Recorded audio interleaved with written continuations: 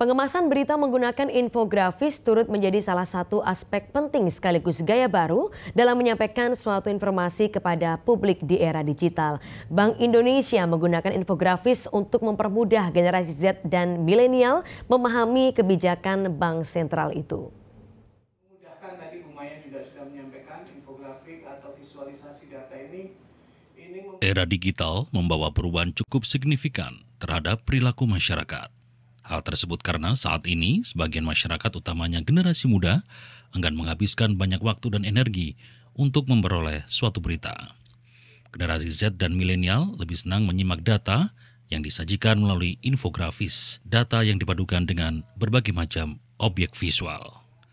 Peran infografis bagi media di era digital ini tidak bisa dihindari karena visualisasi data itu sebagai salah satu solusi di era digital dengan banyak kemanfaatannya.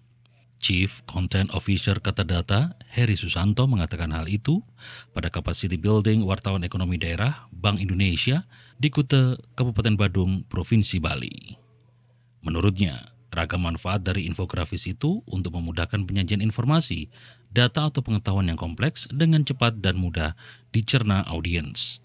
Dalam ranah komunikasi dan informasi, perkembangan teknologi itu telah mengantarkan publik ke dalam era digital, sehingga berbagai media diajak beranjak untuk memperkuat dan mempercantik suatu pemberitaan melalui infografis agar mampu menarik pembaca, termasuk generasi Z dan milenial.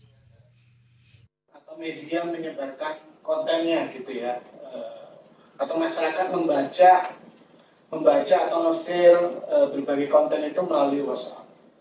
Visualisasi data dalam infografis sangat membantu dalam menentukan kebijakan Bank Indonesia karena di dalamnya memuat banyak data dan informasi.